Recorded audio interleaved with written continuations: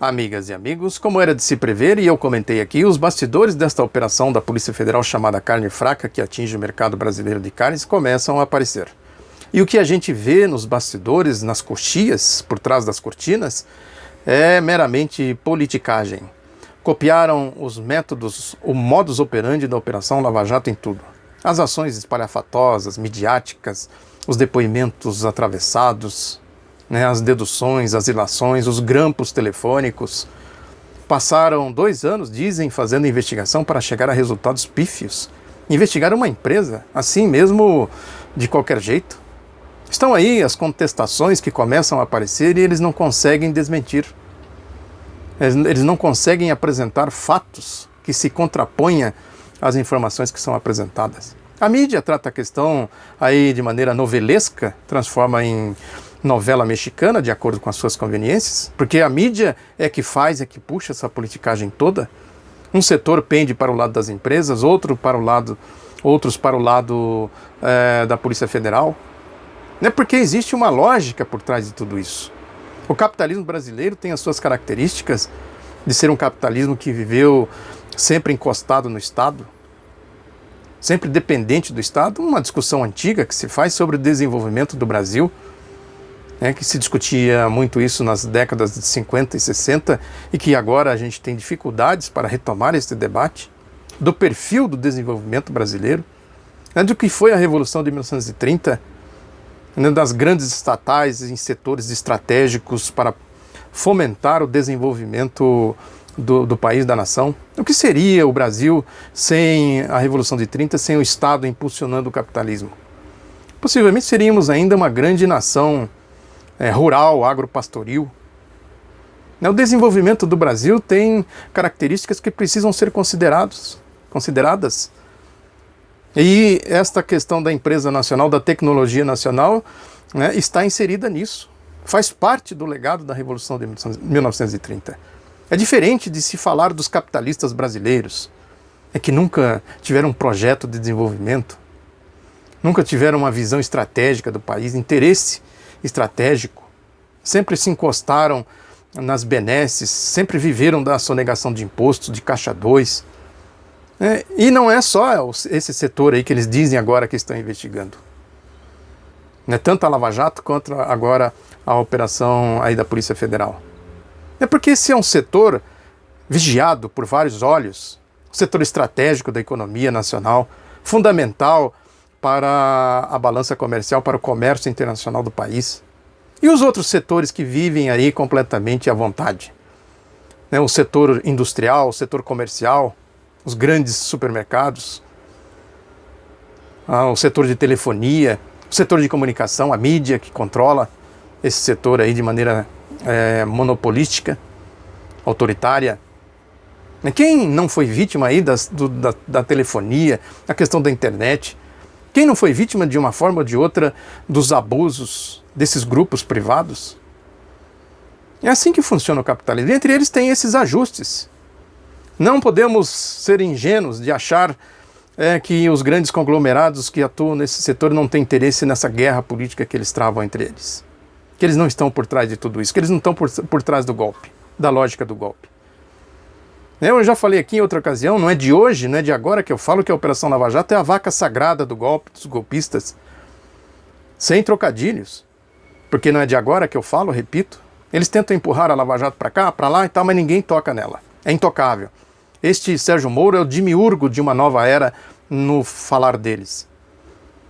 Porque eles têm interesses nessa guerra política. São interesses aí que se degladiam nesta guerra política que se travam entre eles. Que envolve, sem dúvida alguma, interesses de grandes conglomerados do capitalismo globalizado. Mais uma vez, sem trocadilho, o touro de Wall Street, a oligarquia de Wall Street, esta que é a guerra que está estabelecida no golpe. Michel Temer fez aquele teatro lá, que foi levar lá os embaixadores para comer carne numa churrascaria, mas é teatro. Ele está tentando ali dar os pulos dele, pisando em brasa, e ele faz qualquer jogada, qualquer negócio, como se diz popularmente. O capitalismo global, ele tem uma dinâmica própria, que se choca muitas vezes com interesses desses capitalistas brasileiros. Eles vivem numa galáxia muito distante da galáxia dos mortais comuns. É preciso ver essa galáxia como ela funciona. Não há mocinhos nesse mundo, nesta galáxia. E ela tem uma simbiose complexa e nada saudável com o poder político. Eu já disse, compra tudo. Por isso que os escândalos pipocam e a justiça se transforma em politicagem. Não é chamada a intervir efetivamente, tampouco a polícia, o caso aí da Polícia Federal, nesse caso mais recente. Porque isso quebraria essa intrincada teia de relações que eles construíram, a indústria da maracutaia que eu falo, jogaria luz em trevas há muito intocadas, né, e romperia com o rito que os integrantes desta galáxia professam. O exemplo mais evidente disso vem dos Estados Unidos. É o Bush, para não falar agora do Trump. É o George W. Bush, que estourou aquele caso da Enron. Aquilo foi mais explícito. O Bush era um legítimo representante desta galáxia. Seus negócios obscuros no Texas, que envolvia as relações lá com aquela mega fraude da Enron. A sede da Enron ficava em Houston, no Texas, a terra do Bush. O principal executivo da Enron, chamado Kenneth Lay, era tratado pelo Bush carinhosamente de Kenneth Boy, que ajudou inclusive a pagar as despesas da festa da posse do presidente Bush. Boa parte do alto escalão do governo Bush era ligada à Enron, que chegou no Brasil. A Enron chegou no Brasil atraída pelas privatizações do Fernando Henrique Cardoso, controlou a distribuidora de energia de São Paulo, a São Paulo Electro, deteve 25% das ações da SEG e da SEG Rio, 41% em 7 companhias de gás e 100% da usina de gás natural de Cuiabá. Foi para a Inglaterra também com as privatizações da Margaret Thatcher e depois no governo Tony Blair. Vejam como eles dominam tudo. A lógica da globalização é da fraude, da dominação da compra de tudo.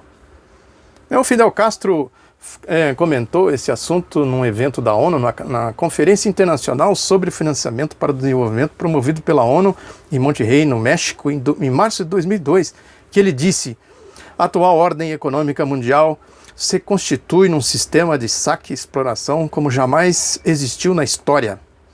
Por cada dólar empregado no comércio mundial, mais de 100 vão para operações especulativas que nada têm a ver com a economia real. Esta ordem tem conduzido ao subdesenvolvimento de 75% da população mundial. Chegamos ao extremo de as 3 pessoas mais ricas do mundo possuírem ativos equivalentes ao PIB combinado dos 48 países mais pobres. Esta que é a lógica do capitalismo neoliberal. Esta é a lógica do golpe. Essas guerrinhas que eles travam entre eles aí, é preciso que a gente compreenda que a gente, inclusive, intervenha nisso, explorando essas contradições, aquela questão de se ter uma visão ampla, estratégica do desenvolvimento do país, da inclusão do povo, esse projeto de criar uma dinâmica econômica diferente, incluindo aí essa grande massa da população que se multiplicava à margem da cidadania, sem perspectiva, sem poder aquisitivo. Um projeto de desenvolvimento significa incluir a massa, um debate antigo também que se faz aqui no Brasil, o desenvolvimento com o povo incluído, ou seja, uma perspectiva de uma nova sociedade, que seja completamente diferente da lógica desse sistema capitalista globalizado que tem interesses aqui, tem a sua quinta coluna aqui no Brasil e também que se choca com interesses de setores da elite brasileira, como a gente está vendo agora nesse processo aí. Muito obrigado pela atenção, divulgue o outro lado da notícia, um abraço, até a próxima.